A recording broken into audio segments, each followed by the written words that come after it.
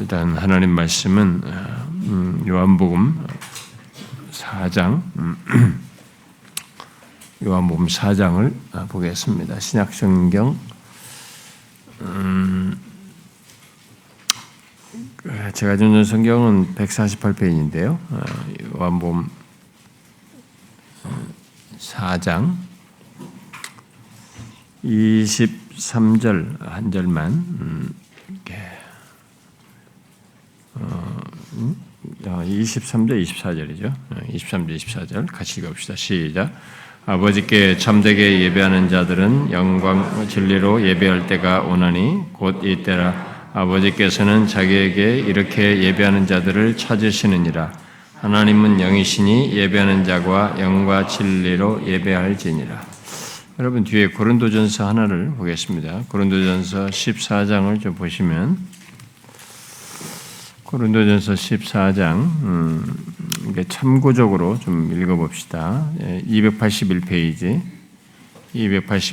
고린도전서 14장 24절부터 26절까지만 읽어봅시다. 함께 같이 24절부터 26절 시작. 그러나 다 예언을 하면 믿지 아니하는 자들이나 알지 못하는 자들이 들어와서 모든 사람에게 책망을 들으며 모든 사람에게 판단을 받고 그 마음에 숨은 일들이 드러나게 되므로 엎드려 하나님께 경배하 하나님이 참으로 너희 가운데 계신다 전파하리라. 그런즉 형제들아 어찌할까. 너희가 모일 때에 각각 찬송시도 있으며 가르치는 말씀도 있으며 계시도 있으며 방언도 있으며 통역함도 있는 모든 것을 덕을 세우기 위하여 하라.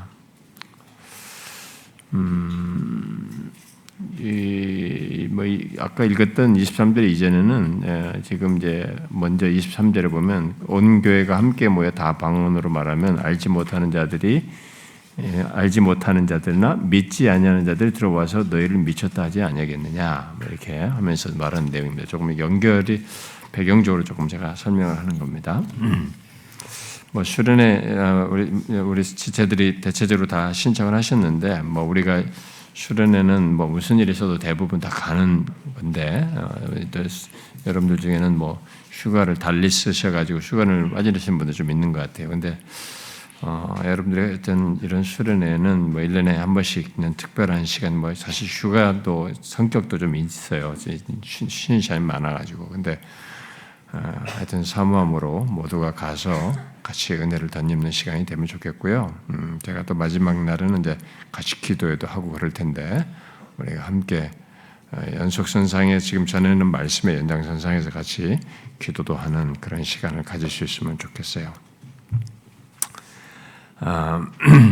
이제 우리가 지금 이제 어떤 면에서 좀 특별한 그 시간을 우리가 갖고 있죠. 제가 이제 사고로 인해서 좀 이게 시간을 쓸 수 없는 이유 때문에 생긴 것이지만, 그래서 이게 금요일과 주일에 이렇게 별도 말씀을 갑자기 이렇게 하게 됐는데, 이게 주일 낮 예배는 이게 성경에 충실한 교회의 모습, 복음에 따른 교회가 어떤 것인지를 이렇게 살피려고 하다가 시작해놓고 먼저 우리들의 모습, 우리들의 모든 것의 척도인 사랑에 있어서 우리가 어떠한지를 먼저 좀 보자라고 해가지고 우리가 2주 동안 좀 살피고 있었어요. 지난주, 이번 주도 하게 되겠습니다만, 그래서 그런 내용을 다루고 있고, 이번 금요일에는 이제 이렇게 우리 교회가 어떻게 이렇게 세워졌는지, 결국 제가 시간을 쓸 수 없어서 이제 이런 시간을 갖게 됐습니다만은, 그런 것을 함께 보면서 우리 교회가 지금 우리가 교회적으로 가진 모든 것들이 어떻게 해서 있게 됐는지를 좀 알고, 뒤에 온 사람들은 모르니까요. 그래서 어떤 것들은 이해를 못해요. 왜 이렇게 예배하는지, 그리고 왜 이런 걸 하는지, 우리가 이런 식으로 왜 교회가 오는 이런 걸 잘 몰라가지고.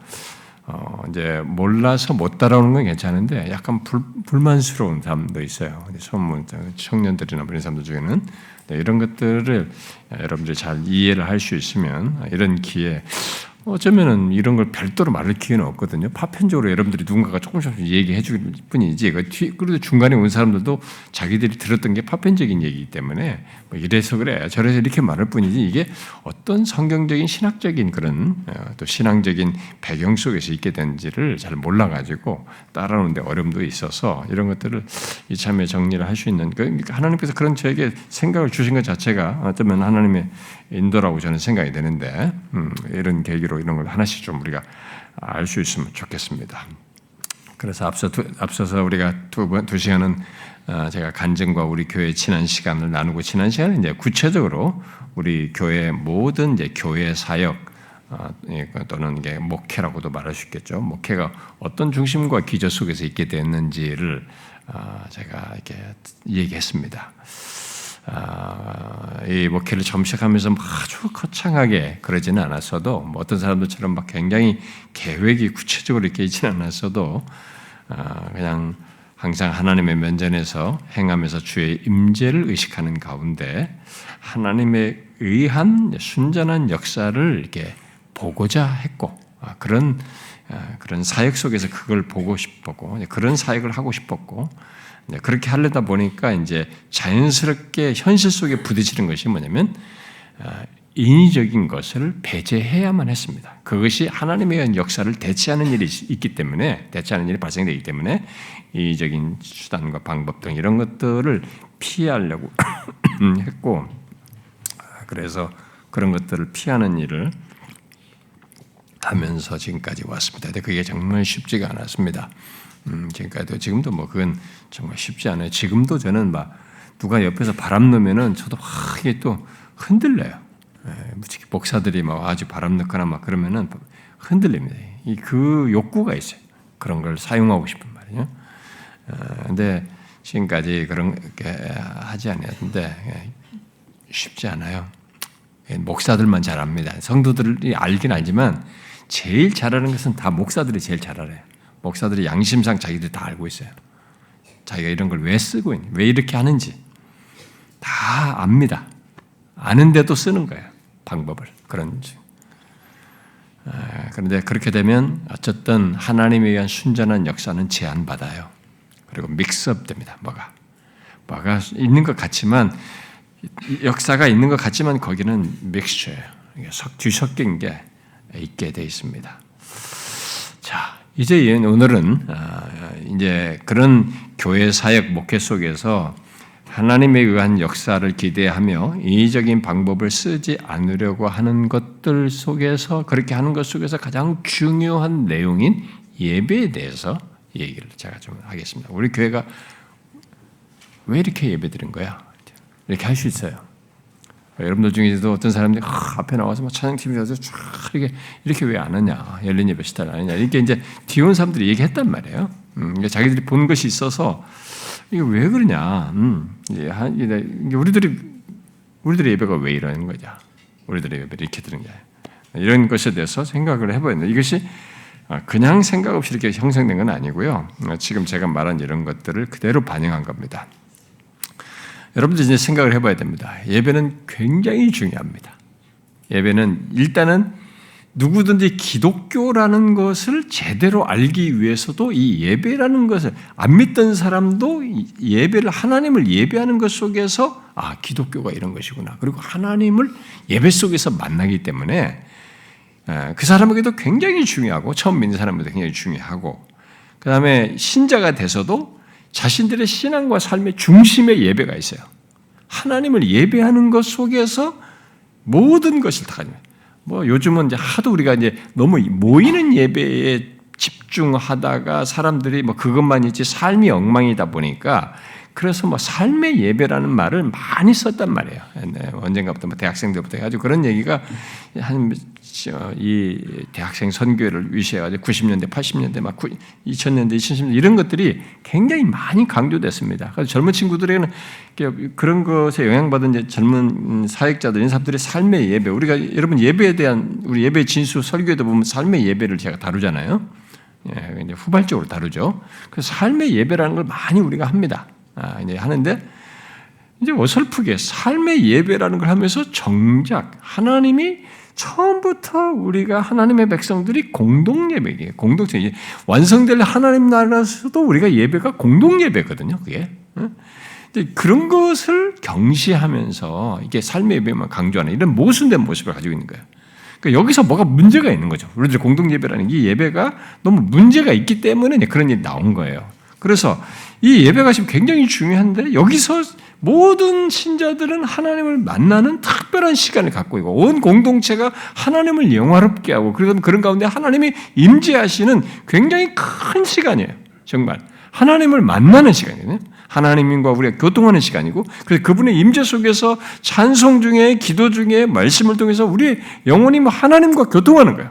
하나님께로 향하게 되고 주님이 그걸 기뻐하셔서 우리에게 말씀하시는 중에 감동을 받고 찬송 중에도 감동받게 되고 우리가 기도하면서도 감동받게 되고 또 하나님 앞에도 통회하고 기도하다가도 하나님 앞에서 큰 은혜를 덧입기도 하고 또 말씀을 통해서 우리 영혼을 확 이렇게 감화감동하신단 말이에요. 그래서 그런 놀라운 하나님과 교통의 역사가 임재 가운데 있어요. 이게 예배가 굉장히 중요하단 말이에요.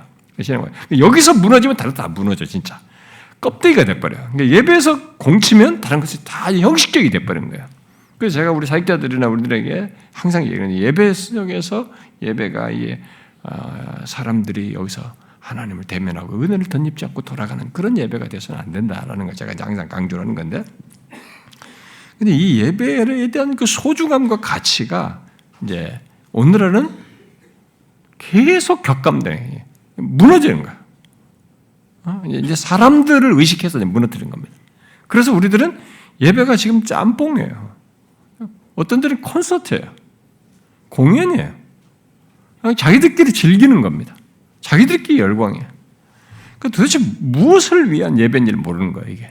이런 문제가 발생돼요. 예배는, 그러니까 저와 여러분에서 신앙생활에서 예배가 진짜 하나님과의 교통 속에서 우리에게 뭔가 역사가 있어야 돼요. 체험받는 게 있어야 되거든요. 그게 있어야 됩니다. 제가 그 부담 때문에 우리 사역자들에게도 항상 제가 주문한 거거든요. 우리 사역자들에게 제가 다른 건 제가 타치 안 하거든요. 진짜 자기들이 사역하는 거 타치 안 해요. 당신의 영혼의 상태, 그리고 이 예배 속에서 말씀을 전하는 것에 충실할 것, 그런 걸 제가 항상 주문하는 겁니다. 근데 이게 저와 여러분이 예배 속에서 정말 하나님을 대면하여 은혜를 덧입지 않으면 정말 이것은 우리에게 많은 뭔가 이게 체험받지 못한 그게 있어요. 그만큼 비중이 크고 중심에 있는 거죠. 그런데 우리가 지금 이 말하는 것들은 제가 이제 지난 시간부터 이런 얘기를 구체적으로 할 때 이제 오해는 하지 마셔야 됩니다.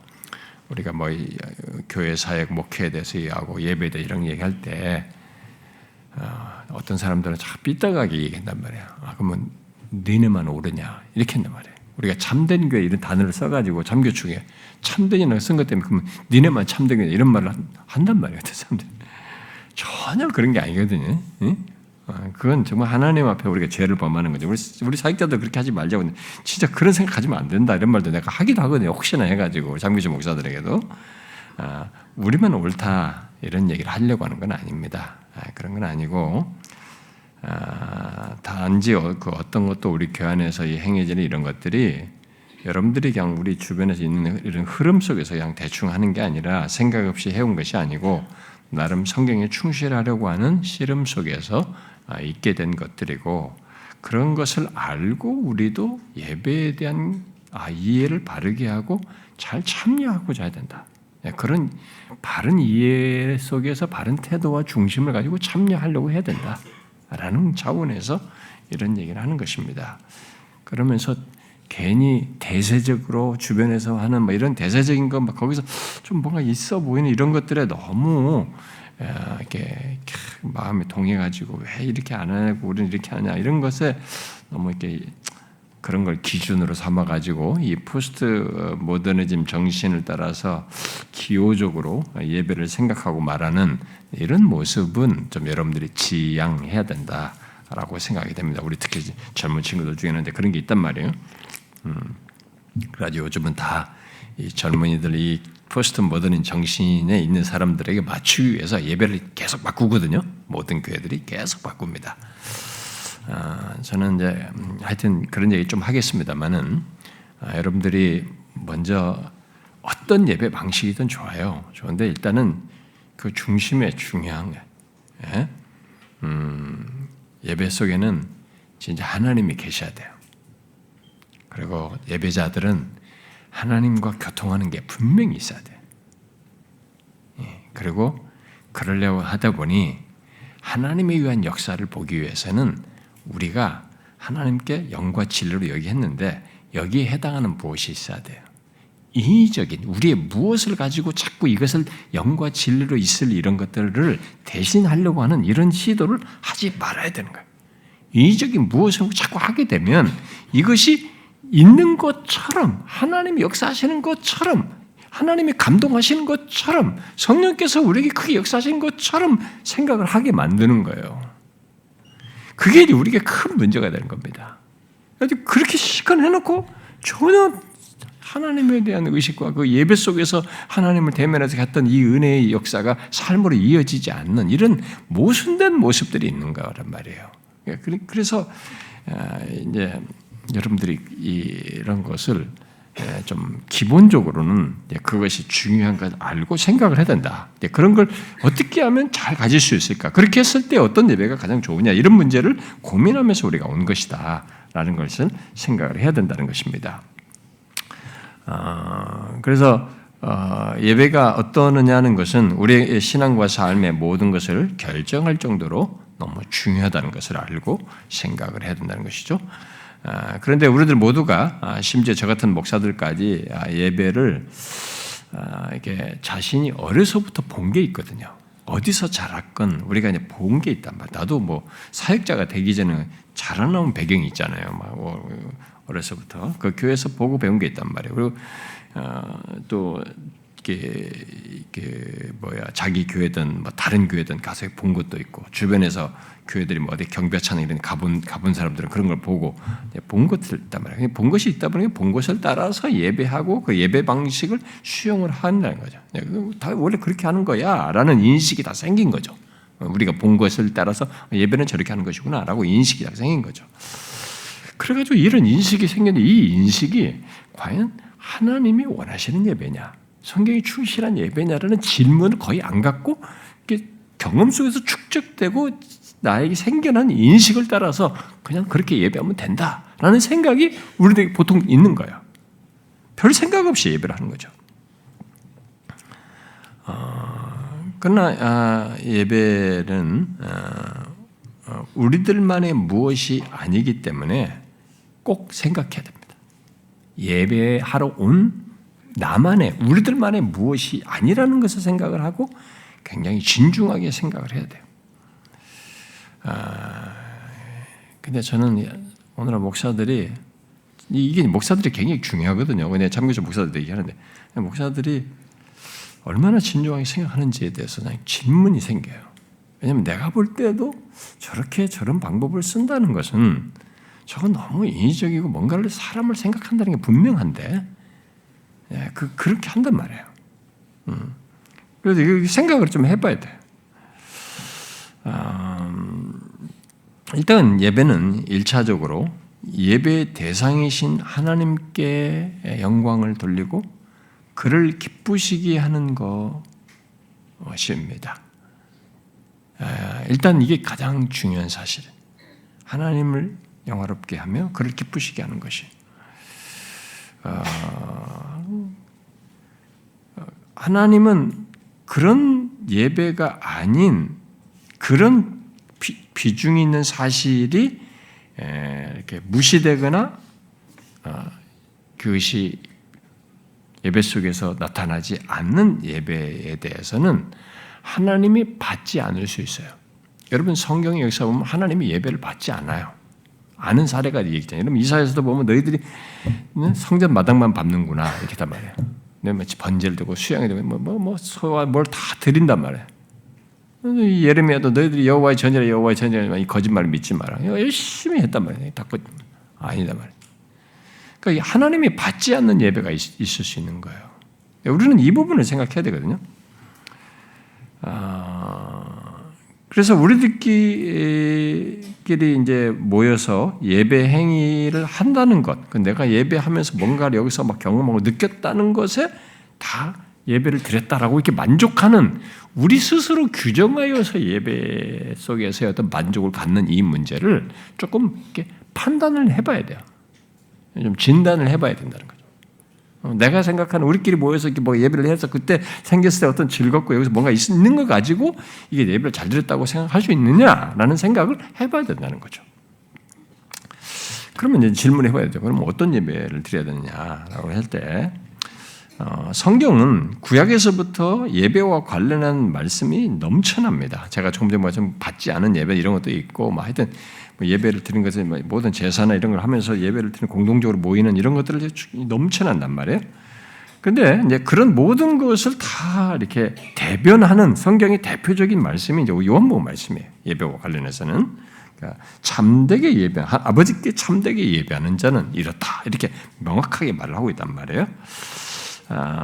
그래서 이 구약에서부터 가져온 예배의 그 모든 예배의 성취이기도 하고 예배하는 자들이 모인 예배 속에서 반드시 가져야 할 내용을 핵심적으로 주님께서 직접 말씀해 주시고 있는 내용인 거죠. 그래서 바로 성경이 말하는 예배에 대한 어떤 핵심을 여기서 말해주고 있습니다. 이 예배에 대한 이런 내용은 여러분들이 예배 진수라는 제가 예배 시리즈 설교해가지고 공부를 하고 있기 때문에 여러분 거기서 공부를 하겠습니다만은 일단 간단하게 이것만 가지고 먼저 근거를 좀 얘기되니까 이것을 얘기를 하면은요. 그래서 참된 예배는 반드시 본문에서 여기 요한복음 4장에서 말하는 대로 영과 진리로 예배하는 것이어야 합니다. 근데 이게 이제 좀 어려워요. 여기 해석에서 다 나뉘기 때문에. 이미 예배 진수에서 제가 이 영과 진리에 대해서 설명을 했습니다만은 요즘은 이게 옛날에는 신령과 진정으로 영과 진리로 딱 했기 때문에 헬라 성경이 그래요. 관사만 없지 영과 진리라는 단어를 쓰기 때문에 이게 뭐냐 해가지고 아예 성령과 진리 또는 말씀 이렇게 얘기하고 또는 말씀은 진리를 복음으로 이렇게 확 해서 규정해서 해석하는 것을 요즘은 거의 유행입니다. 대부분. 그런데 제가 이제 거기서 좀 달리 해야 된다라고 했죠. 그걸 여러 가지 문맥을 다 고려가지고 좀 달리 하자고 했는데, 일단 이 말씀은 단순히 진리와 성령으로라고 하는 어떤 교리를 대입해서 말을 하기보다는 예수 그리스도로 말미암아서 생긴 변화죠. 이 예배가. 그래서 예수 그리스도로 말미암아서 이제 예수를 믿고 예수 그리스도로 말미암아 죄 사함을 받은 자가 자신의 영으로 전인격으로 하나님께로 향하는 그런 것을 말한다. 더 이상 어떤 예배의 매개체, 그리심산도 아니고 여기 예루살렘도 아니고 어떤 그런 매개체 같은 것도 없고 전심으로 그리고 진실하게 하나님을 경외하며 예배하는 것이다. 당연히 그렇게 되려면은 우리들이 이제 그리스도로 말미암아 있게 된 속죄 속에서 하나님 그런 예배를 드릴 때는 그것이 우리들의 자연적인 능력과 의지와 열심과로 이렇게 해야지라는 것만으로는 안 되겠죠. 그것은 당연히 그런 예배를 드릴 때는 성령의 역사가 있어야 되겠죠. 그래서 제가 말하는 그런 전인격적인 그런 전심으로 진실하게 하는 것은 성령의 역사에 따른 것입니다. 당연히. 자, 그래서 여기 영과 진리로 예배하는 것 속에는 사실상 삼위 하나님이 다 연결되어 있어요. 우리의 구원을 위해 행하신 성부, 성자 하나님, 그리고 그 사역에 독특하게 참여하신 성령 하나님이 계실 뿐만 아니라 그렇게 삼위가 연관되었을 뿐만 아니라 삼위 하나님을 예배할 수 있는 우리들이 예배할 수 있는 자가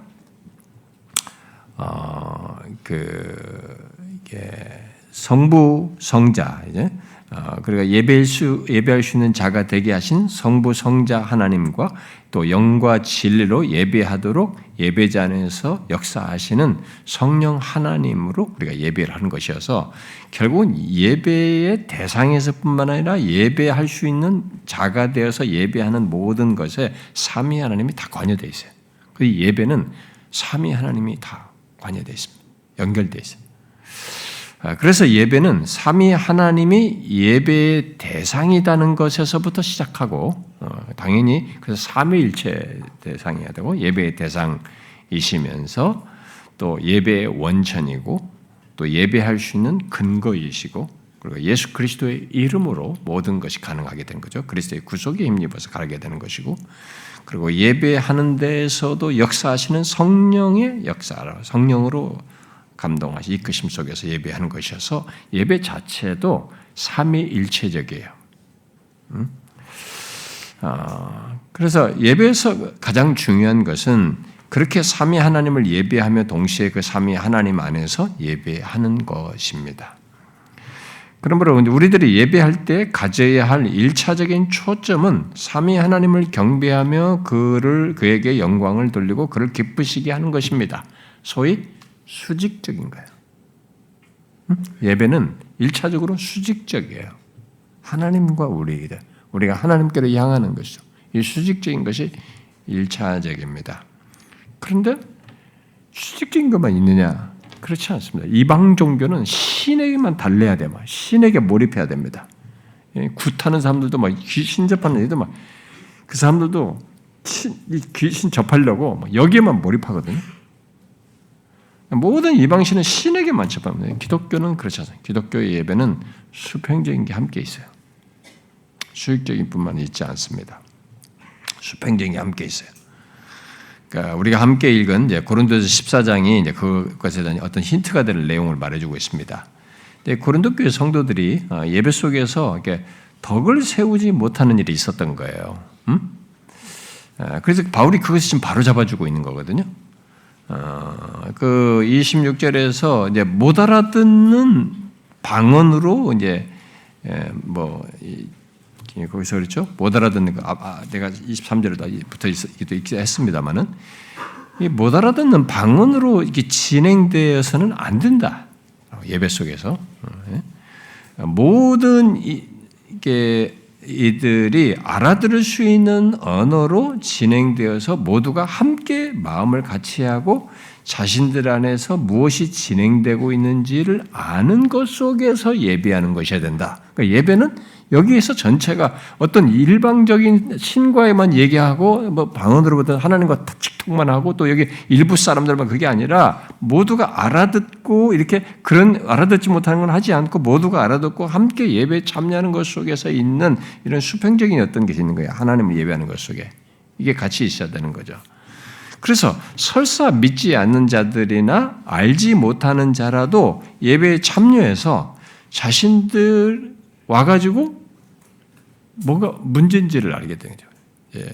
여기 와서 그 마음에 숨은 일들이 드러나서 하나님을 경배하면서 하나님이 참으로 너희 가운데 계신다라고 말할 수 있어야 되는 거예요. 이게 이제 기독교가 가지고 있는 놀라운 사실이에요.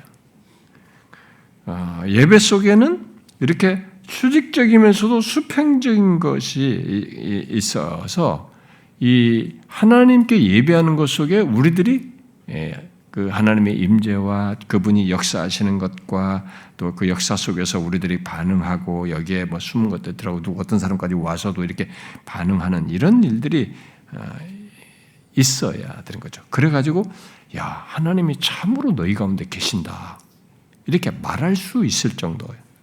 그런 모습, 그게 교회에 있어야 된다라는 겁니다.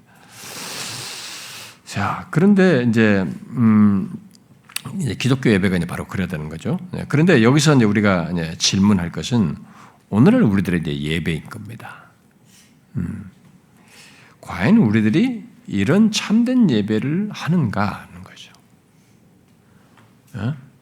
수익적인 삼위 하나님을 경배하고 그를 기쁘시게 하는 예배 진짜 여기에 진짜로 하나님을 경배한다라고 할 만한 공동체적인 그분께로 향하는 진정성이 있는 말이죠. 전인격적으로 향하는 그런 예배를 우리가 드리고 그런 가운데서 하나님이 우리 역사하시고 겸손하는 것 속에서 우리가 뭐 특정인이 아니라 모두가 하나님이 역사하시는 것 속에서 교통하는 것 속에서 함께 모두가 이게 공감하고 임재를 같이 확인하면서 갖게 되는 이런 예배를 그래서 하나님이 과연 우리 가운데 계신다라고 하는 그런 것을 확인하는 이런 예배를 우리가 드리는가라는 거예요.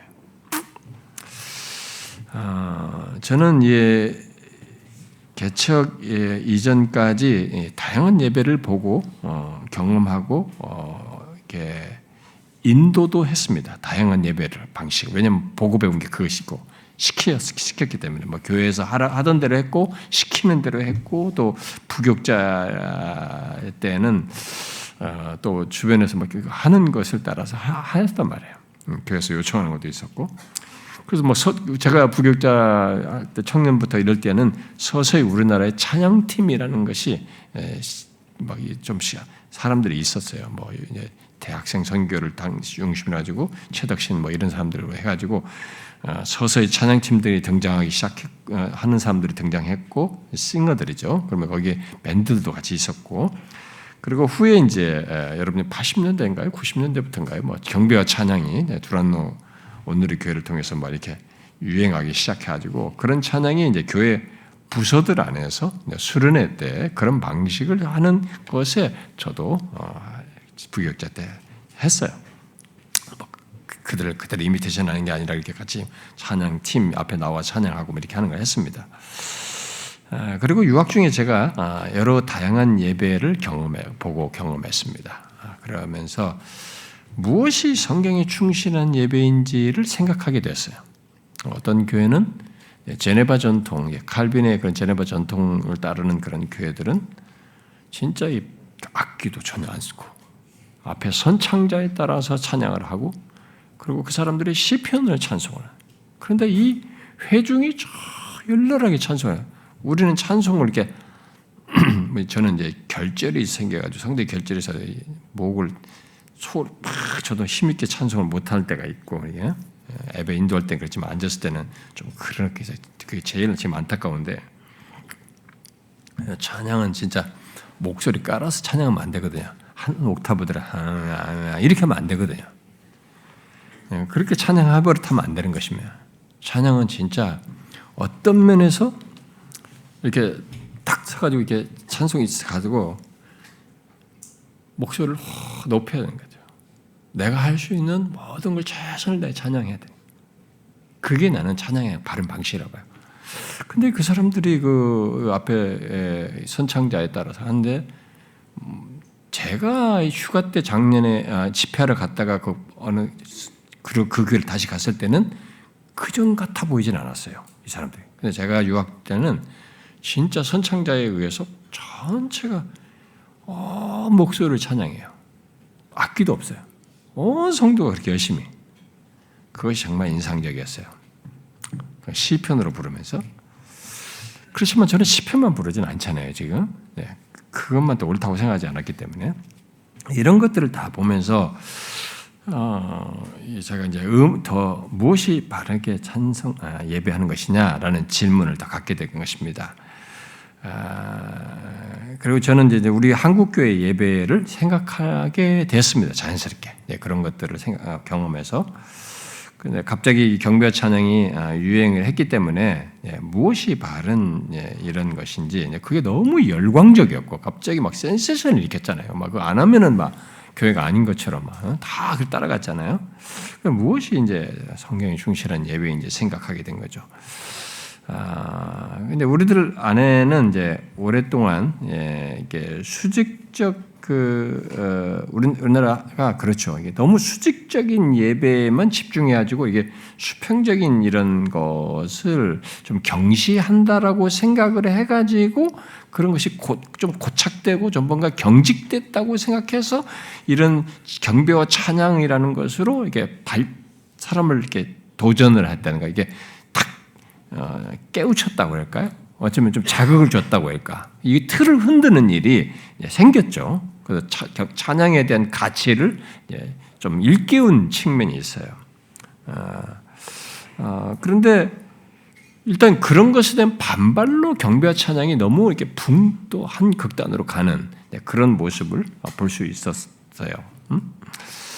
그래서 약간 진자운동을 하는 것 같은 거죠. 그러면서 경배와 찬양 이런 것들이 발전하면서 서서히 어디로 하냐면은 이제 회중, 찬양하는 사람들에게 초점을 맞추고 그들을 인위적으로 이렇게 감동시키려고 하는 이런 것들이 자꾸 노출됐어요. 이제 아무래도 악기들 이런 것들을 하고 찬양 앞에 막 인도하는 사람들이 막 열광을 시키면 막 더 열광을 하고 거기에 흥분시키는 것에 따라서 같이 흥분하게 되고 공명심에 의해서 공명 효과가 나타나기도 하고 뭐 이렇게 가지고 사람들이 막 난리가 났단 말이에요. 근데 그런 것들이 퍼졌어요. 그래서 결국은 외형상으로는 효과적이었어요. 뭔가 사람들이 좋아하고 많이 모이고 막 이렇게 했단 말이에요. 그래서 모두가 따르는 그게 이제 대세가 돼버렸죠. 그러나 이제 그런 과정을 거치면서 저는 이제 개척을 하면서 이제 생각을 하게 된 거죠. 제가 지난주에 말한 교회 사역, 그 목회의 기본적인 마음을 예배 속에서도 이제 반영해야 된단 말이에요. 그것은 예배를 어떻게 해야 되냐, 어떻게 예배드리냐. 그래서 일단 저는 오직 하나님께 영광을 돌리고 그를 기쁘시게 하는 예배를 드리는 가운데 하나님께로 온전히 향하도록 하는 가운데 성령께서 우리 안에 역사하시는 그런 예배를 기대하며 예배 속에서 하나님께로 향하는데 내가 잘 돕는 역할을 나는 해야 될 것이다. 저는 그 돕는 역할을 하는 사람이다 라는 정도로 생각을 했고 그런 가운데 인위적인 것은 배제해야 된다. 예배 속에서도 이런 생각을 반영했습니다. 그런 걸 반영했어요. 그래서 제가 처음에 한 것이 뭐냐면 일단은 예배를 단순하게 하는 것이었습니다. 최초로 개척했을 때 개척에서 초기부터 있었던 사람은 아마 그런 걸 알았을 겁니다. 그래서 일반적으로는 지금보다 순서가 몇 개 더 없었어요. 거의 비슷했는데 일반적으로 하는 묵도, 그다음에 삼위 하나님을 찬양하는 이제 앞부분의 찬송을 하고, 그다음에 신앙 고백을 하고, 찬송 두 곡을 부르고, 그다음에 합심기도 하고, 그 이어서 목회기도를 하고, 헌상 설교하고 난 다음에 헌상 찬송하고, 헌상기도 하고, 말씀하고, 말씀 이후에 축도하고, 그다음에 교회 광고는 그 예배 끝나고 하는 이런 정도로 이제 간단하게 최소로 해서 했습니다. 그런데 이 순서 속에서 이제 시간이 지나면서 합심기도 할 때에 우리 죄를 하나님께 고백하고 또 우리의 삶에서 십계명을 비추어서 계속 비추는 것이 필요하다고 여겼기 때문에 십계명을 넣습니다. 저는 종교개혁자들이나 앞선 개혁파 사람들이 예배 모범들이 있었거든요. 예배 순서 이런 것들이 칼빈과 제가 그런 걸 안 따르고 싶었어요. 아니, 그걸 따르는 것 자체가 이게 우리가 꼭 그런 걸 따라야만이 바르다고 생각하지는 않았습니다. 그러잖아요. 그들이 어떻게 했는지는 봤습니다. 순서가 굉장히 많거든요. 굉장히 길어요. 지금도 그런 걸 따르면서 그렇게 하니까 우리는 개혁교회다. 이렇게 하는 사람들이 많아요. 근데 나는 그렇게 생각하지 않아요. 예배는 지금 정신이거든요. 신령과 영과 진리로 말하는 이것이 중심성이에요. 진짜 그렇게 하나님의 영광을 돌리면서 우리가 안에 이렇게 주님이 임재하신다라고 하는 것이 있는 것이 중요하기 때문에 성령에 의한 그런 역사가 반드시 있어야 되는 거단 말이에요. 그게 중요하기 때문에 순서를 그걸 이미테이션을 그대로 하는 게 능사가 아니다는 거죠. 그래서 이제 단순하게 했다가 나중에 이제 그런 합심기도할 때 우리 죄를 고백하는 데 참조가 되고 우리가 항상 살면서 염두에 둘 것이 십계명에서 십계명을 거기에 넣게 사도신경 전에 넣었고 그리고 이제 삼위 하나님을 찬양할 때 이 성령을 추가로 해서 한 번 더 하는 게 좋겠다 해서 성령을 추가를 했어요. 그래서 그게 마땅하다고 여기서. 근데 가끔 목사님들 중에 개혁주의나 이런 청교도를 좋아하고 따르는 사람들은 그들의 예배 순서를 따르는 것은 이제 바른 예배라고 자꾸 생각을 하면서 저한테도 이렇게 주장을 해요. 근데 그런 것들을 얘기를 하는데 왜 그렇게 안 하냐고. 어떤 사람은 저한테 목사님은 개혁주의자가 아닙니다. 이런 말을 나 개혁주의 아닙니다. 그랬어요. 내가 그 말을 해결해. 그래서 전화 통해서 대고 저한테 하기를 저 계획주의 아닙니다. 그냥 좋아할 뿐입니다. 그 사람들을 이렇게 얘기했어요. 그러니까 너무 꼬장꼬장해요. 그 뭘 아무것도 아닌 걸 가지고 당신은 계획주의자는 뭐 사람을 판단하는 거예요. 이렇게. 이제 제가 어떤 시중에 나온 책들 중에는 이게 어떤 사람이 약간 치우친다고 계획주의와는 좀 동떨어진다고 할지라도 그 사람이 말하는 책을 무조건 다 나쁘다고 볼 수는 없는 거예요. 그 사람에게 유용한 글도 있거든요. 그런 걸 제가 인용할 수도 있는 거예요. 그런 것들을 했다고 또 계획주의가 아니라 이렇게 말하는 사람도 있는 거예요. 그러니까 너무 좁은 거예요. 시야가 너무 좁은 거죠. 근데 저는 영국에서 그런 교회들을 보면서 그들이 칼빈의 제네바 전통을 따르는데도 칼빈 때 했던 예배 순서를 따르지 않아요. 그렇게 다 일일이 하질 않았어요. 그럴 필요가 없는 거죠. 그리고 이미 제가 말한 대로 이게 목회의 중심, 교회 사역의 중심이 어떻게 해야 된다는 중심의 생각을 가지고 있었기 때문에 그렇게 하는 것에 따라서 어떻게 하면 하나님을 바르게 또는 이게 성경이 말하는 것을 따라서 예배하는 게 좋을까라고 했을 때 하나님을 참되게 예배하는 것을 갖는 것이 이게 중요하다. 내가 이렇게 최소의 순서 속에서라도 그렇게 갖는 것이 중요하다라고 해서 일단 저는 그렇게 시작을 했어요. 처음에. 그런데 이미 우리 교회 와서 예배를 경험한 사람들은 보다시피 지금 교회 예배드리는 분위기가 처음부터 그랬습니다. 처음부터 만들어진 거예요. 처음부터 이런 분위기였습니다. 대부분. 처음 온 친구들도 다. 그래서 사람들은 이게 주로 이제 처음 온 사람들은 이제 예배 분위기를 보고 이제 처음에는 이제 사람들이 이렇게 움직이지도 않냐, 이게 좀 딱딱하다, 또 앞으로만 뭐 이렇게 한다 이게 하는데 이제 이게 그렇게 해서 만들어진 겁니다. 만들려고 내가 여러분들 좀 진정성 있게 하세요, 그런 이렇게 푸시해서 한 것도 아니고. 여러분들이 앞만 쳐다보세요.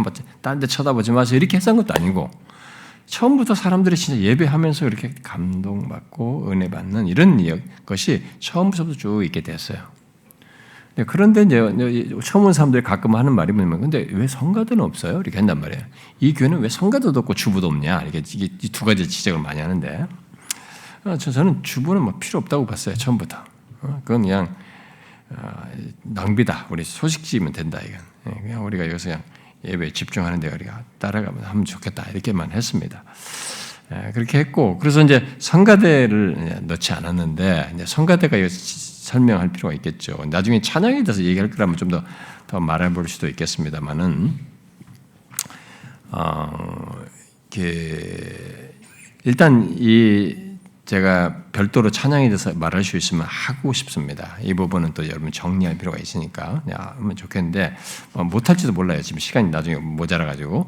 일단은 이 찬양 성가대가 없는 것도 제가 지난주에 말한 대로 이게 목회적인 중심에 따른 것입니다.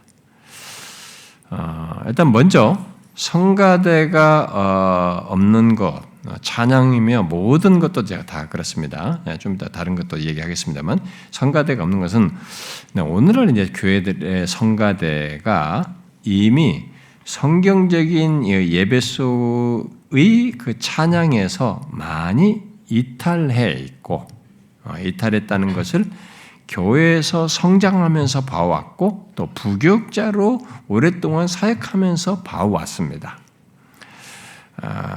수동적으로 시간 맞춰서 맞춰가지고 억지로 끌어모아가지고 이렇게 하고 이런 것들도 있었지만은 그런데 어느새 예배에 대한 그 예배 속에서 하나님을 찬양하는 듯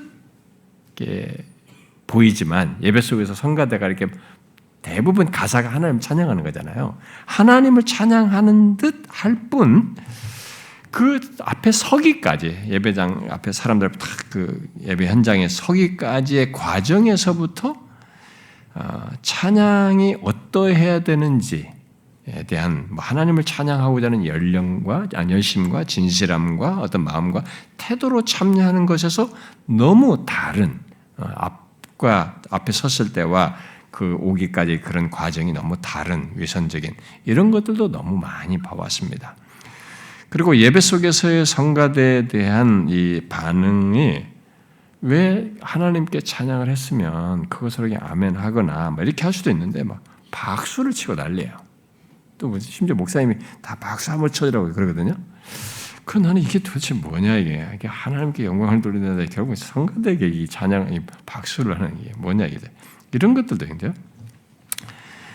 그래서 오늘날 성가대가 거의 발표 수준으로 전락한 것도 있고, 그리고 큰 교회들은 이 성가대의 그 안에 구성원들 중에 이 성악하는 사람들, 심지어 악기를 있는 데는 악기를 하는 어떤 사람들을 폐위해서 데려와요. 그러면 교회에서는 모든 은사를 사용해서 주님을 섬기는 그런 은사에 의해서 기꺼이 하나님께 드리는 이런 방식이 아닌 방식이 들어온 거예요. 다. 마케팅 방식이고 이게 인위적인 방법이죠. 이런 방법을 쓰는 거죠. 그렇게 하면서 멋지게 이 연주와 찬양을 한들 이게 하나님이 받으신다라는 그런 논리가 과연 성립이 될까? 성경적으로 맞지 않다고 봐요. 네, 지금까지 말한 것은 이제 현상적인 거예요. 이런 건 2차적이에요. 중요한 것은 성경이 더 이상 구약처럼 따로 떼는 성가대의 필요를 말하지 않고 있어요. 신약 시대에서는.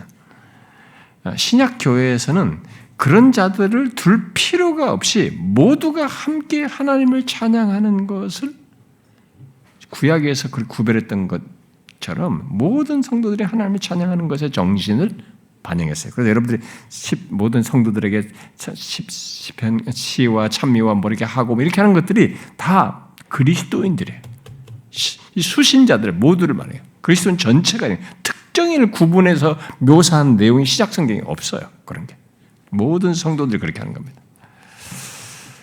그래서 예수 믿는 우리 모두가 함께 하나님을 찬양하는 찬양대의 조건을 다 가지고 있네요. 모두가 하나님 앞에 앞서서 찬양하는 그 찬양대의 구성원과 같은 자격을 이미 그리스도로 말미암아 갖게 된 거죠. 그리고 그래 마땅한 사람들인 것입니다. 그래서 저는 개척하면서 할 때 우리는 성가대 없다. 우리 모두가 성가대다. 그러니 우리 모두가 하나님께 찬양을 진정함으로 드리자. 이게 제가 했습니다. 우리 모두가 성가대다.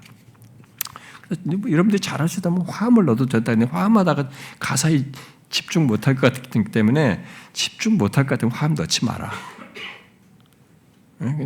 그래서 그냥 하나님께 전심으로 찬양하자. 그게 처음부터 제가 얘기했던 거예요. 그래서 우리들이 모두 서서 찬양할 때, 그 경배송할 때 다 그런 마음으로 찬양을 했고, 그래서 우리 교회 찬양할 때 보면 처음 온 사람들만 주변 이렇게 두루두루 쳐봐요. 옆 사람처럼. 대부분은 그 흐름을 따라와요. 여러분들이 가사에 몰입해서 찬송가에 집중해서 대부분 찬양하는 우리 교회는 지금. 여러분도 그렇게 보시죠? 저는 앞에서 보면 대부분 다 보이거든요. 대부분 그렇게 부르셔요. 찬양하면서 감동받고 또 이렇게 눈물도 흘리고 기쁨을 감사를 반응도 하고 이런 것들을 제가 보게 됩니다. 그리고 오늘날 사람들이 좋아할 이제 여기서 이런 것과 예배와 관련해서 이제 또 정리해야 될 게 뭐냐면은 오늘날 사람들이 좋아할 예배 방식, 지금 말한 순서로 이런 예배 방식에서 너무 전통적이고 고리타분해 보이잖아요. 너무 이게 경직돼 보이잖아요. 뭔가 순서가 툭툭툭 있어가지고 그런 거 말고 그냥 뭔가 시작하는 둥 마는 둥 하면서 여러분 안녕하세요. 옆에 사람 인사하시고 시작하십시다. 이렇게 하면서 뭔가 이렇게 사람을 탁 릴렉스하게 만들어가지고 편안하게 하면서 기타를 들고 찬양하는 시작을 하는 이런 열린 예배 방식을 왜 취하지 않는가? 이게 사람들이 지금 궁금한 거예요. 요즘 다 아는 데가 없는데 그것을 취하지 않는 것은 열린 예배 방식이 이미 대중성을 고려하고 있고 대중성을 고려한 데서 출발하였고 그렇게 그 출발 속에는 당연히 인위적인 특성을 갖고 있기 때문에 저는 안 한 것입니다. 예배 속에서 사용하는 것은.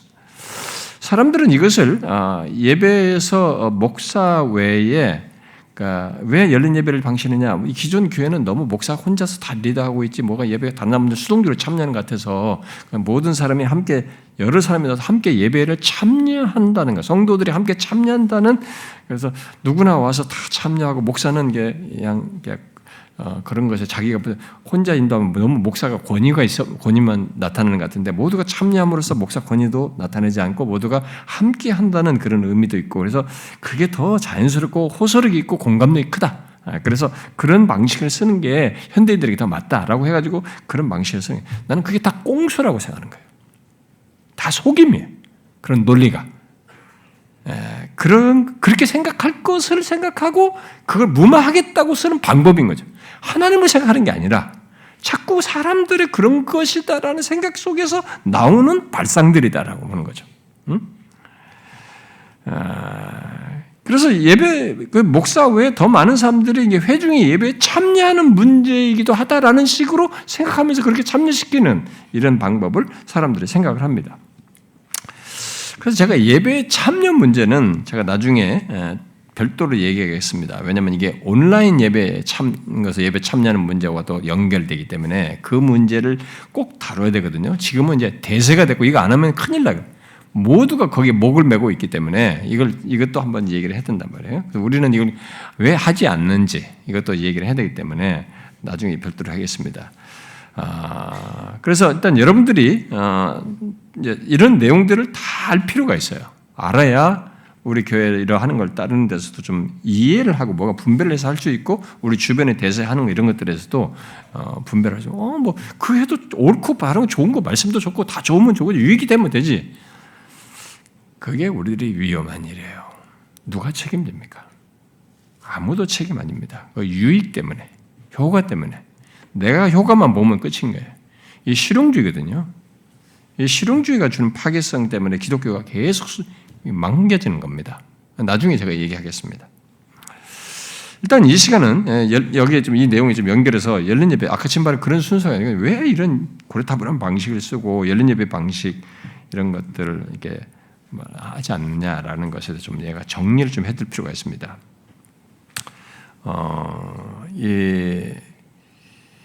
아마 이 열린 예배를 하게 되면은 여러 사람들이 나와서 쭉 쓰므로써 일단은 예배에서 부담감이 덜하고 또 거기다가 현대적인 악기를 사용해서 거기다가 또 요즘 현대적인 그런 리듬과 그런 CCM 같은 거 이런 걸 찬양하다 보니까 분위기가 일단 편안해요. 사람들이 좋아하죠. 예배 속에서 부담 갖지 않고 예배를 참여할 수 있다는 면에서. 그러나 오늘날 열린 예배는 예배에서 우선적이고 가장 중시해야 할 수직적인 예배를 흐리게 하고 실질적으로 2차적으로 여겨요. 그것을 하나님 향한 수직적인 예배를. 그러니까 아무리 아니라고 해도 열린 예배의 시작부터가 예배드리는 사람을 고려한 거죠. 예배드리는 사람을 먼저 생각을 했고 의식한 것이어서 결국 인위적인 것이 그 기저에 있습니다. 우리들은 오늘날의 이 열린 예배 역사를 좀 알 필요가 있어요. 제가 기독교 세상예배에 대해서 잠깐 얘기했습니다만은 이 오늘날의 이 열린 예배 같은 것이 언제부터 왔냐면은 사실 역사를 놓고 보면은 뭐 북치고 뭐 이런 것을 한 걸 가지고 열린 예배라고 할 수 있나 모르겠어요. 찰스 피니 이후에 부흥주의 때 1800년대 좀 그런 것이 있었던 것을 말할 수 있을지 모르겠어요. 그러나 지금과 같은 이렇게 경배와 찬양 방식의 열린 예배의 스타트는요. 1, 2차 대전 이후에 기독교가 이제 세상에 허무주의가 있다고 그랬잖아요. 모더니즘에 대한 실망 속에서 사람들이 허무주의에 빠지잖아요. 그런 가운데 서구의 사람들이 종교로 막 다시 들어오잖아요. 포스트 모더니즘에서 종교적 성격을 띠고 이제 믿을 것은 이제 자기밖에 없다면서 자기를 이제 채움받기 위해서 종교로 간다. 자기 안에서 신을 발견하려고 하는 시도 속에서도 그렇고, 그래서 종교적인 거 성향을 쫙 띈단 말이에요. 그래서 서구의 사람들이 다시 교회로 종교로 많이 온다. 모든 종교로 다 들어오는데 그 가운데서 미국 같은 나라는 대부분이 기독교적인 배경이다 보니까 교회로 들어오는 거예요. 이 사람들이 화무주의 속에서. 근데 들어올 때 약 60년대 전후에 그런 교회 들어오는 사람들 중에 이제 집시들도 교회로 들어오는 겁니다. 근데 이 집시들이 자기들이 쓰던 그런 게, 맨 집시들은 이렇게 기타 같은 걸 맨날 타고 이동 다닙니다. 그 악기 같은 거 들고 있잖아요. 이 자신들이 가지고 있는 이 악기를 길고 들어와요. 그 집시들이 그 교회에서 그 악기를 가지고 찬양을 하니까 그게 너무 신선해 보였던 거죠. 여기서부터 발전하기 시작합니다. 그래서 처음에는 기타였지만은 점점 악기들이 더해지고 전자음을 담은 기타, 그다음에 베이스 같은 거, 그다음에 드럼 같은 것들이 더 더해지게 되고, 그래서 이 드럼, 베이스 뭐 이런 것들이 탁탁 치면 이게 뇌파가 아니에요. 비팅에 의해서 자극되잖아요. 흥분되는 거죠, 여러분. 흥분되는 거죠. 여러분 그런 것 없이 하는 것보다는 다릅니다. 제가 이 찬송에 대해서 말할 때 이제 말할 수 있으면 더 예를 말할 수 있겠습니다만 완전히 다릅니다. 이게 있고 없고가. 자, 그것으로 이제 그런데 그렇게 하는 대로 사람들이 자꾸 모이기 시작하는, 더 모이기 시작하는 겁니다. 좋아하는 거죠. 그래서 이제 마케팅 처치들이 더 앞서서 그런 걸 발전시키죠. 그래서 대형 교회로 이제 대형 교회로 이루게 되고 재미를 보게 되니까 모두가 따르기 시작하죠. 그러다가 그런 예배에 대한 비판과 우리나라는 한 20년 뒤에 이제 따라오고 계속 우리도 모방을 하게 됩니다만, 그러다가 이제 그런 예배에 대한 비판과 조금 사람들이 너무 그런 마케팅 처치에 대한 반성이 있고 이러다 보니까 이제 이 이머징 처치가 등장하면서 이런 것들을 시끄럽게 하지 않으면서 잠잠히 하나님을 예배하는 이런 스타일이 이제 다시 이머징 처치에서 있게 돼요. 그리고 이렇게 차분하게 이제 팀 켈러 같은 사람은 별로 그런 거 크게 의존하지 않고 말씀을 차분하게 하는데도 이 사람을 많이 모았단 말이에요. 뉴욕에서. 그래가지고 이제 이런 걸 조금 이제 덜하는 이런 분위기가 한 부류에 있어요. 여러분들이 유튜브에 막 한 3만 명, 4만 명 모이는 찬송, 막 하는 찬양 인도하는 어떤 사람이 제가 우연하게 봤는데 악기 별로 안 써요. 혼자 싱어가 가만히 찬송해요. 그리고 그 찬송을 잘 따는 거예요. 따라서 합니다. 전체가.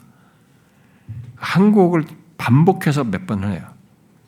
이 전체가 그걸 따라서 하는 거예요. 4만 명가리가 온 스타디움에 다 모였는데. 그런데 그것을 하면서 사람들이 막 열광을 하는 거예요. 이 막 일종의 뭐 감동에 막 빠져들어가는 거예요. 깊이. 이런 것이 이제 또 이런 반성에 의해서 나오기도 하고 있어요. 일단은 이게 열린 예배 방식에서 다 나온 이제 발전들입니다. 그런데 오늘날 이제 한국 교회를 보게 되면 이제 강대상에 이제 그런 것을 아직도 재미를 보고 있습니다. 포스트 모더니티에 이렇게 전통적인 것을 깨는 분위기가 이것이 있거든요. 편안함을 준다. 그래서 요즘 드럼 없는 교회가 없어요. 강대상에. 어지간한 교회. 제가 신학적인 가르침은 개혁주의를 말하는데 이 강대상에 또 이 드럼이 있었더라고요. 그래서 내가 고개를 살살살 흔들었단 말이에요. 그 교회 가가지고 그 목사한테도. 근데 처음에 해놔가지고 못 버리는 거더라고요. 네, 그런 걸로 자극을 주는 건데. 그리고 여러 사람들이 나와서 이제 사람들의 시선을 끌고 편안한 그런 멘트를 함으로써 덜 종교적이고 그리고 덜 권위적인 모습을 보이면서 사람들에게 호응을 얻는 이런 방식이 지금은 대세가 됐습니다. 저는 우리들이 그런 열린 예배 방식으로 하나님을 예배할 수도 있다라고 봅니다. 이번에 한 목사님이 케냐에 한국 목사님이 갔는데 저희 아프리카 사람들은 거의 서서 춤춘다고 하잖아요. 춤추네. 찬송을 하면 거의 춤추니까 막 춤춘대. 찬양하다면. 근데 이제 그 사람들은 또 예배당이 그렇게 나이스하지도 않으니까 그냥 거기서 다 서서 춤춘대요. 그렇게 하는데. 그런데 이 개혁주의 그런 목사가 집 목회하는 교회를 갔다는 거예요. 깜짝 놀랐대요. 거기 몇백 명이 모였는데 우리들이 이렇게 예배드리는 이런 방식으로 경건하게 예배해요. 그렇게 춤추고 이런 거 없이 그냥 평상시처럼 찬상을 이렇게 하고 다 이렇게 하더라는 거야. 깜짝 놀랐다고 그러더라 목사님. 그러니까 이게 지금 목사에 의해서 다 달라지는 거예요. 대부분이요. 그리고 이 열린 예배 방식이 사람들에게 더 효과가 있다는 것이 이제 포스트 모더니즘의 매치가 된다고 해서 요즘은 젊은 세대들은 이걸 안 쓰면 안 되는 줄 알고 거의 다 쓰고 있어요. 근데 이제 생각을 해봐야 돼요. 사람을 많이 모으는 게 목적이냐? 과연 이 사람들을 오게 해서 어떻게 이 사람들 호응들을 얻는 게 목적이냐? 이게 사람을 자꾸 고려하게 되면 이 열린 예배 방식 같은 것을 쓸 수 있을 것 같아요. 근데 저는 어쨌든 아프리카 사람들이 춤추면서 하듯이 뭐 어떤 열린 예배 방식이든 이런 방식으로 하나님을 예배할 수도 있고 찬양을 할 수도 있다고 생각을 합니다. 근데 문제는 그런 방식의 출발에서부터 지금까지 이런 방식을 취하는 교회 사람들의 이 동기예요. 처음부터 지금까지. 그것은 처음부터 지금까지 똑같았습니다. 동기가. 곧 문화 수용이라고 하는 논리 속에서 뭐 집시든 뭐 누구든 사람들을 구원하기 위해서 더 많은 사람을 구원하기 위해서라고 하는 논리와 함께 그 기저에 대중성을 지향하는 겁니다. 지향하는 거죠. 자꾸 대중성을 지향하고 대중성의 유혹을 받는 것이죠. 그 말은 그런 인위적인 동기, 이런 방법주의가 이 사람들의 그 결정에 다 있단 말이에요. 그런 걸 하는 사람들. 쉽게 말하면 많은 사람들이 좋아하고 원하는 것을 따르는 것입니다. 이게 옳으냐? 하나님께 더 집중해서 우리 영광을 돌릴 예배냐? 이것보다는 많은 사람이 원한다는 것이에요. 실용적인 거죠. 특히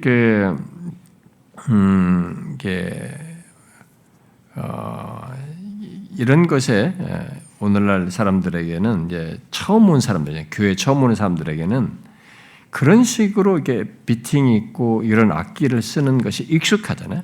익숙한 것을 교회에서도 보면서 편안해함으로써 복음의 접촉점을 줄 수 있다라는 생각을 가지고 이제 하는 것이죠. 그래서 이의적인 생각과 마음이 결국 계속 기저에 있어요.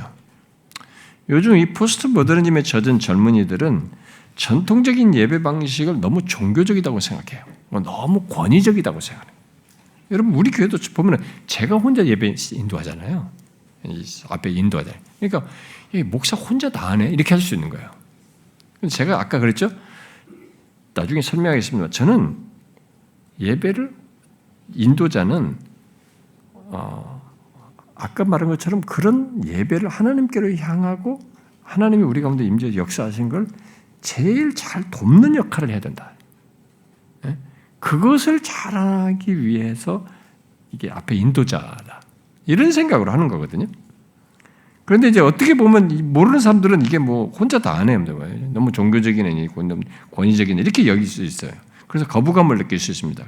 그래서 많은 교회들이 흔히 공동 예배의 메인이 공적인 웨스트민스터 신앙 예배 모험서 공동 예배로 하면 주일 낮 예배인데 이 공동 예배인데 그 예배 그 메인이라고 하시는 그 공동 예배 주일 낮 예배에서도 아예 열린 예배 방식을 다 쓰는 거예요. 젊은이들을 대상으로 한 교회들은 더 그렇습니다. 그리고 그것에 대한 보상으로 그들은 진짜 사람들을 얻어요. 확실히 더 많은 사람들을 얻습니다. 호응도가 커요. 그래서 이제 못 버려요, 이것을. 못 버립니다. 그러나 이제 그들은 잃는 것이 있습니다. 그것은 처음부터 열린 예배 내에 내재된 부정적인 씨앗으로 곧 대중성과 인위성으로 인해서 영과 진리로 예배하여 하나님을 영화롭게 하는 것을 손상시켜요. 자기들끼리는 어떨지 몰라도 이것을 손상시킵니다. 특히 그들은 히브리서 12장에서 말하는 대로 경건함과 두려움으로 하나님을 기쁘시게 섬기라라고 하는 이 말씀을 갖지를 못해요. 그러니까 하나님을 섬기는데 두려움과 기쁘시게 섬기는 거예요. 그러니까 두려움과 기쁨이 함께 있는 예배를 얘기한단 말이에요. 이것을 못 갖게 되는 거죠.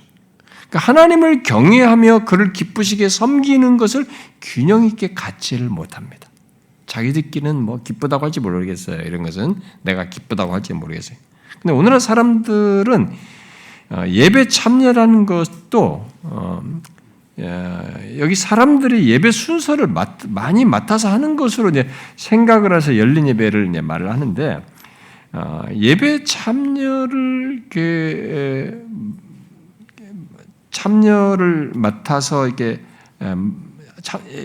많은 사람들이 예배 참여를 말할 때 사실은 이렇게 수평적인 측면을 이제 주로 고려해서 그런 얘기를 많이 하는 것인데, 그래서 예배 참여자들이 함께 참여하고 기도하고 말씀을 듣는 것 속에서 제가 말한 것처럼 전인격적인 참여 속에서 성령이 역사하시고 그래서 하나님이 우리 가운데 계신다라고 하는 이게 사실은 수평적인 예배에 참여거든요.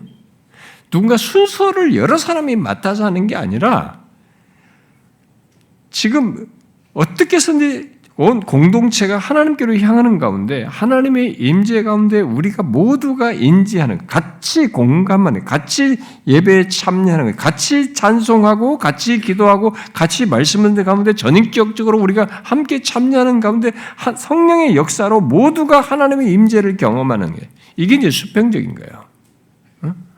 우리가 하나님을 향해서만 있는 게 아니라 그런 교통 속에서 있는 것을 얘기하는 거죠. 근데 이런 것을 이제 오해하는 거예요.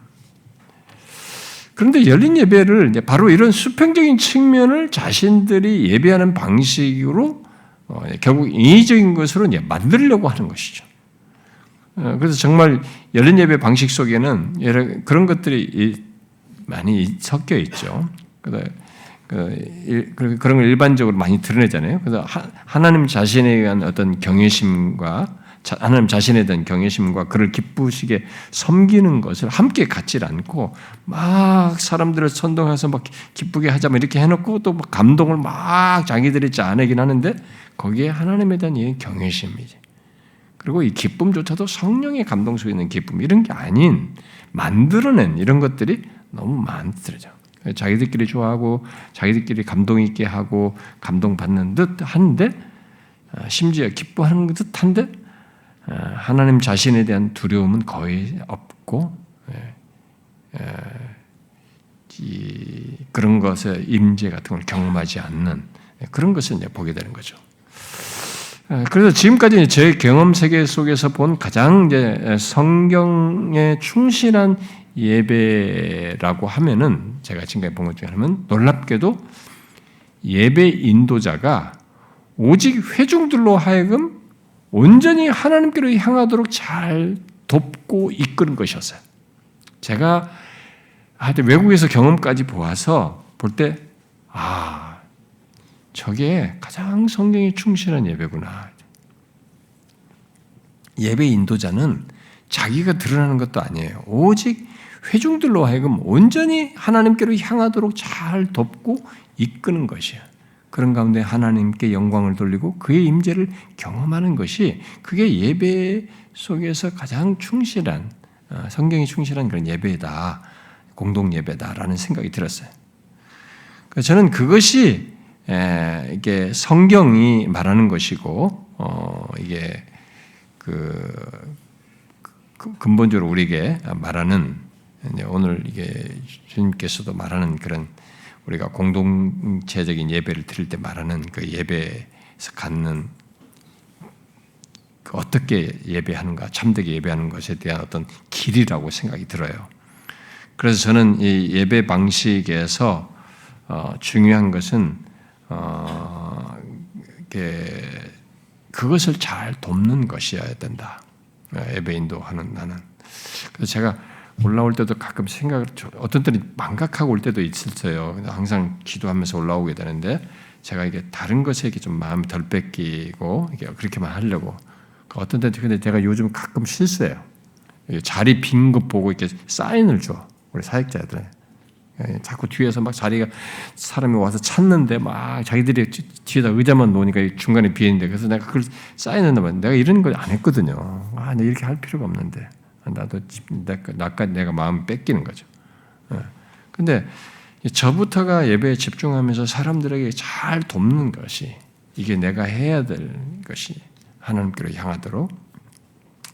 그래서 예배 순서도 여러분들이 이제 지금 순서가 다 그런 정도 안에서 단순화하고 해서 하나님께 영광을 돌리고 하나님과 교통하는 또 은혜가 우리들 안에서 이게 경험되는데 초점을 두고 이게 이끌고자 한 그런 방식인 겁니다. 그래서 지금 여러분들이 예배 전에 제가 예배로의 초청을 하잖아요. 우리가 하나님께 성부하는 삼위 하나님께 우리가 예배합시다. 마음을 해서 이런 얘기를 초청하죠. 거기서부터 시작하는 거죠. 근데 뭐 아무 생각 없이 왔다가도 이제 좀 생각을 통해서 여러분들이 좀 마음을 다잡게 하기도 하는 거죠. 처음에는 그런 거 크게 멘트 안 했어요. 근데 찬송가 가사에 중요한 가사만 읽어주고 그랬지 안 했어요. 근데 제가 하고 함께 하나님께 온전히 예배하면서 하나님과 교통하는 예배가 되기를 함께 구하는 기도를 함으로써 시작하고 삼위 하나님을 찬양하는 게 송영과 함께 닥설러지죠. 송영과 함께 1장에서 60장 때까지 있는 찬송을 함께 부르는 것. 그리고 모두가 성가대가 되어서 하나님을 찬양하는 것. 제가 우리 지체들은 모두가 힘차게 부르는 것으로 제가 봐요, 일단. 그리고 이어서 제가 십계명과 신앙 고백을 앉아야죠. 그리고 나서 앉아서 우리가 두 곡을 부르는데 어떤 사람들이 외부 사람들이 와가지고 얘기를 하는 거죠. 와, 이 교회는 찬송을 진짜 많이 부르네요. 그런 거예요. 근데 어떤 사람은 찬송을 많이 불러서 좋다. 그래. 찬송만 좋아하는 건 아닌가 싶은데 찬송이 많다고 그래요. 근데 참 그렇죠. 예, 많이 부르죠. 그리고 함께 영광 돌리고 하나님과 교통하는 역사를 구하면서 우리가 죄를 자백하는 그런 기도를 하자고 하죠. 세계적인 이슈라든가 주변국의 선교와 구원 이런 거, 그리고 이 나라와 이 조국 교회 그리고 우리 교회의 필요 등 이런 회심 이런 것들을 위해서 기도하자라고 공동체적인 기도를 제가 개척에서부터 다 했습니다. 합심 기도라고 하는데 이런 공동체적인 기도를 우리 공동체 그러고 나서 그 끝자락에 제가 목회 기도를 한 겁니다. 그러니까 어떤 사람들은 왜 장로님들이나 이런 사람들 기도 안 시키냐 이렇게 할 수 있는데 주일 낮 예배 다른 교회는 많이 시키잖아요. 근데 제가 예로부터 이게 믿음의 선배들이 개혁교회 사람들이 이 주일 낮 예배의 대표 기도를 목회 기도를 했습니다. 목사가 했어요. 장로들이 한 게 아니라. 그러니까 목회 기도라는 겁니다. 목회 기도를 하다 보니까 천천히 기도. 이 사람들이 기도가 한 10분씩 가요. 그러니까 집중 못하는 사람은 좋을 수 있어요. 이 사람들은. 근데 10분, 15분씩 해요. 옛날 시대, 청교도 시대는요, 20분, 25분 했어요. 이해를 못 해요. 근데 그때 목회 기도를 하는 거예요. 전체를 다. 뭐 일일이 개인적인 걸 한다는 게 아니에요. 하나님의 역사와 다스림 속에 통치하심과 이런 것 속에 주권적인 역사 속에서 벌어지는 일과 이런 것에다 하나님이 행하신 것들을 높이고 찬양하면서 구하는 이런 것들을 전방에 주는 거예요. 제가 이제 영국 유학 때 참 놀라웠던 거 뭐냐면 기도를 하는데 목회 기도를 하는데 그때 코소보 같은 데 어딘가 있잖아요. 이쪽 전쟁이 나는 거. 그 전쟁에서 사람들이 얼마나 죽고 그 고통당하는 사람들과 거기에 대한 하나님의 다스림 그리고 또 어느 나라에 세계 각 나라에 문제가 있는 거 다 기도하더라고. 깜짝 놀랐어요. 그러니까 어떤 그런 것도 하면서도 교회적인 것을 기도하는 거예요. 저는 이제 그것까지 다 하진 않잖아요. 우리가 연합된 기도 속에서 제가 그걸 반복할 필요가 없다고 여겨지는 것 여기기 때문에 그런까지는 하진 않고 그거 외에 하나님께로 향하는 예배의 그런 기도와 함께 우리들에게 꼭 필요하고 중요하다는 기도를 덧붙이는 그런 목회 기도를 제가 이어서 하고 있는 것입니다. 그리고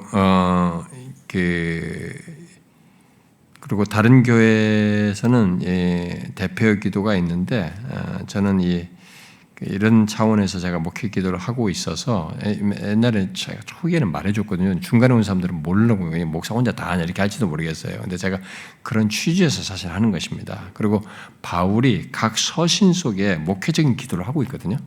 거기에 따른 거예요, 사실은. 역사적으로 그렇고 보면. 그래서 지금은 많은 내용을 하지 않기 때문에 여러분들은 뭐 크게 부담스럽지 않을 거라고 생각이 됩니다. 그리고 이제 제가 이런 기도를 할 때에도 이제 하나님께 나아가는 것, 그리고 하나님과 소통하는 시간, 그런 공동체적으로 그 하나님 앞에 나아갈 필요가 있다고 여겨지는 그런 대표 기도의 성격으로 해야 될 것들이 있다고 하는 것들, 뭐 그런 것 정도만 제가 더 하고 있는 것입니다. 그러고 나서 우리들은 이제 헌상하고 헌상 찬양과 함께 헌상 기도를 하고 말씀을 하고 말씀 이후에 찬양과 함께 이제 축도로 마치죠. 그러고 나서 우리는 이제 지금도 이제 교회 광고를 나중에 하게 되는데 여기서 제가 기도를 말씀 끝난 다음에 기도를 합심 기도를 시키잖아요. 그것은 들은 말씀, 하나님께서 우리에게 주신 말씀에 대한 우리들의 마음의 반응을 하나님께 해야 한다고 생각하기 때문에 합심 기도를 시킨 겁니다. 그래서 그것은 제가 옛날부터 다 해왔어요. 우리게 제가 옛날에는 설교를 다 했기 때문에 제가 수요일을 하든 무슨 주일 예배 주일 전후를 하든 금요일이든 모든 예배를 내가 설교할 때는 다 합심 기도 했어요. 근데 우리 사역자들이 이제 하면서 이제 우리 사역자들이 할 때는 좀 안 하고 있는데 제가 그건 다 했던 것입니다. 그런 의미로 기도를 사실 하게 한 거예요. 자, 이 같은 예배에 이제 적응한 사람들은 대체적으로 거의 예배 속에서 하나님께로 향하는 것을 제가 보게 됩니다. 그리고 그의 말씀에 반응해서 하나님과 교통하는 은혜를 경험하는 것을 보게 됩니다. 제가 보니까요. 그래서 우리들의 예배 속에서 인위적인 것이 그런 것은 없지만 이 예배 속에서 저는 처음부터 지금까지 많은 지체들이 하나님께로 향하는 온전한 예배를 드리는 것에 집중을 하는 것을 주로 많이 보았고 그렇게 해왔고 그리고 그 가운데 하나님이 우리 가운데 역사하시고 감화감동하시는 것 속에서 각자의 찬송이든 기도든 그리고 말씀을 통해서든 말씀 듣고 함께 기도하는 것 이런 걸 통해서 우리들이 함께 이렇게 성령께서 우리 안에 역사하시고 감동하시는 것에 따라서 반응하고 그 감동에 의해서 이게 어떤 반응들이 있는 걸 봐왔습니다. 우리가 지금까지 역사 속에는 그런 과정 속에 과정을 거쳐서 회심한 사람도 있었고 그리고 거룩하게 변화되는 것이죠. 제가 얘기했죠. 인위적인 것을 배제해야만이 하나님에 의한 역사 속에서 회심과 거룩하게 변화되는 이런 역사가 있게 된다. 우리 성도들이 그런 과정을 다 거쳤어요. 제가 보면요. 지금까지. 그래서 처음 올 때와 나중에 다 달라지는 것은 그런 변화가 생겨서 그런 거죠. 그런데 지금 말한 이런 것들이 이제 포스트 모더니즘의 정신을 가진 이 방문자들에게는 조금 힘들 수 있어요. 지금 우리 교회가 가지고 있는 이런 모습이 너무 이제 안 맞아요. 오늘 권위적인 거 싫은데 막 다 권위적으로 보이는 거죠. 제가 막 미소 지으면서 우스워하면서 하는 것도 아니고 저도 진중하게 예배 참여하다 보니까 그러니까 뭐 혼자 너무 시리어스한 것 같고 너무 이게 뭐 엄숙한 거고 너무 이렇게 무거운 것 같고 이렇게 느낄 수도 있는 거예요.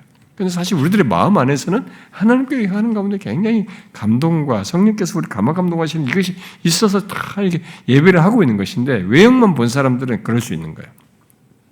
저는 지금까지 그랬던 것 같습니다. 우리 교회 안에서. 그런데 기독교의 참된 그 역사는 하나님에 의한 진정한 역사는 사람들이 좋아하는 것을 맞춰서 일어나질 않았어요. 역사를 놓고 보면. 사실 오늘 본문에서도 보듯이 이 고린도서 말씀에서 보듯이 믿지 않는 자들이 생소한 것을 본 거거든요. 예언하고 뭐 방언하고 이런 거 봤잖아요. 근데 막 서로 방언한 것은 아니지만은 이 생소하게 예언하고 하는 이런 내용들, 예언이라는 게 주로 말씀을 나누는 것들인데, 선포한 것들인데, 이 생소한 교회 분위기 속에서 왔지만 자기들이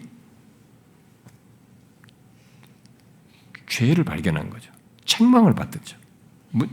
자신들의 죄를 자각하게 된 거죠. 그래서 엎드려서 하나님을 경배하고죠. 하나님이 임재를, 하나님이 여기 계시는구나 느꼈던 거죠. 이게 하나님의 진정한 역사예요. 그러니까 우리들이 만들어서 있는 것을 자꾸 너무 생각하면 안 되는 거죠. 그러므로 우리는 우리의 예배 방식 때문에 또 더 올 사람들이 못 오고 교회에 처음 오는 사람들이 안 오는 것으로 생각할 필요는 없다고 봅니다. 그 새로운 사람들을 위해서 예배 방식을 요즘 유행하는 방식으로 바꿀 필요 없다고 봐요. 물론 우리는 이렇게 수직적이고 또 수평적인 예배를 바르게 갖는 가운데서 믿지 않는 자들 또 우리 믿지 않는 우리들이 더 좋은 예배 방식이 있다면 변화를 줄 수도 있다고 생각해요. 그걸 지키는 것 안에서 더 좋은 방법이 있다면. 그러나 영과 진리로 하나님을 두려워하며 기쁨으로 예배하는 것을 잃어가면서 변화를 주는 것은 바르지 않다. 아무리 어떤 다음 세대 최첨단의 시대가 온다 할지라도 그건 바르지 않다라고 봅니다. 그래서 우리에게 중요한 것은 그겁니다.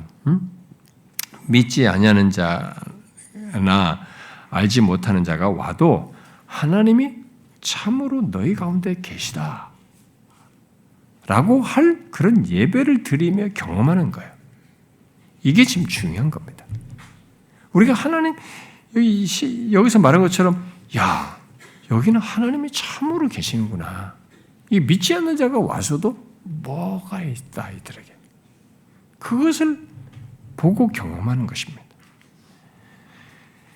여러분 우리들의 예배 속에 오직 하나님께 영광을 돌리고 그가 친히 우리 중에 계시는 것을 보고 경험하는 예배 공동체, 그 가운데서 또 서로 사랑하는 모습을 보면서 그렇게 여기에는 하나님이 계시는구나 라고 말하는 이런 공동체가 되는 것을 우리는 정말로 구해야 되고 이것을 계속 견지해야 됩니다. 이건 저절로 되는 게 아니거든요. 이건 저절로 되는 게 아니에요. 정말 성령에 의한 역사거든요. 이렇게 하기 위해서는 인위적이고 대중적인 방법에 현혹되면 안 됩니다. 그런 방법을 쓰면 대체가 돼요. 그것으로 뭔가 있는 것이 대체가 되기 때문에 하나님에 의한 진정한 역사가 무시될 수 있어요. 가시적으로 확 나타나는데 말이죠. 여긴 전 인격을 바꾸는 거예요. 인격을 움직여서 나타나는 이런 역사를 과소평가하게 돼요. 무시하게 되는 거죠. 이것이 아닌 것처럼 여기는 겁니다. 아닌 겁니다. 진정한 역사는 예배 속에서 일어나는 진정한 역사는 하나님이 인격을 가지신 하나님에서 우리와 인격적인 방법으로 하신 거예요. 성령께서 전인격을 깨우치고 마음에 감동하시고 그렇게 하셔서 거기에 반응하게 하시는 것 속에서 다른 자극을 주어서 외적인 자극에 의해서가 아니라 우리 인격의 소통 속에서 감화감동하셔서 우리를 하나님께로 나오게 하고 거룩하게 변화되게 하게 하는요. 하나님이 너무 기쁘고 감사하고 너무 영광스러워 좋아서 그분께 기꺼이 감사함으로 기쁨으로 찬양하고자 하는 이런 일이 있게 되는 거예요. 그런 예배가 되는 거예요. 그래서 과연 하나님이 너희들 가운데 계시는구나 라고 하는 그런 예배를 가져야 되는 거죠. 제가 이 주변 친구 목사들이 그리고 어떤 사람들 이런 질문을 이 예배가 우리들 예배도 공간도 좀 모자라고 막 그런데 예배를 막 2부 예배 좀 안 드리나 막 여러분들 지난번에 얘기 많이 했단 말이에요 저한테. 근데 제 주변 친구들도 제가요 아니 뭐 공간 모자라면 예배 1, 2부 드리면 되잖아. 1부 가지고 이렇게 하면 제가 왜 안 하는지 아시죠? 여러분들 지난번 리더들에게 얘기했는데. 그렇게 해가지고 더 많이 오게 하고 1, 2부만 뭐 더 숫자에 2배로 할 수도 있겠네. 뭐 이러면서 자꾸 한단 말이에요. 제가 큰 일부를 안 하는 것입니다. 언젠가 리더들에게는 말한 적 있잖아요. 제가 아주 극단적인 경우에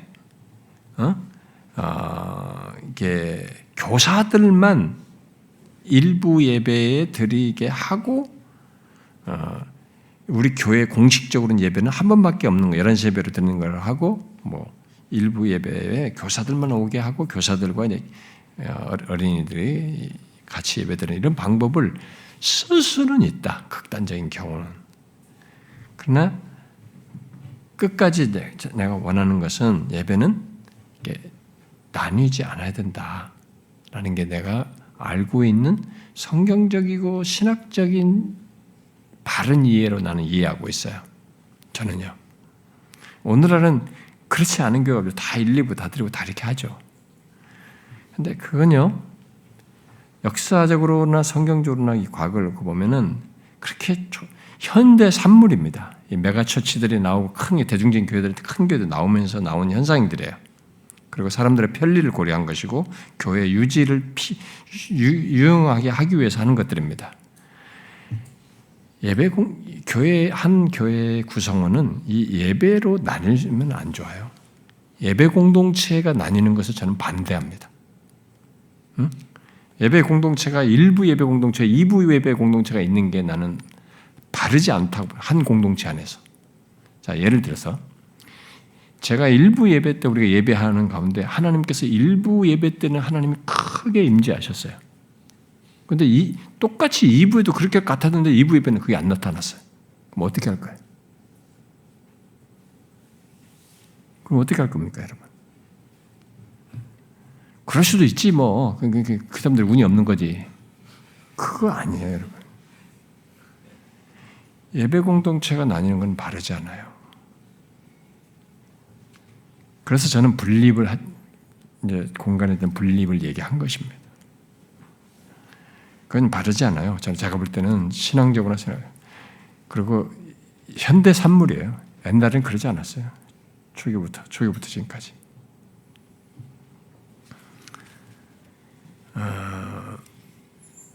이것은 다 성장주의의 변명이에요. 은근히. 그것도 사람을 생각하고 인위적인 것에 성장주의에 대한 변명입니다.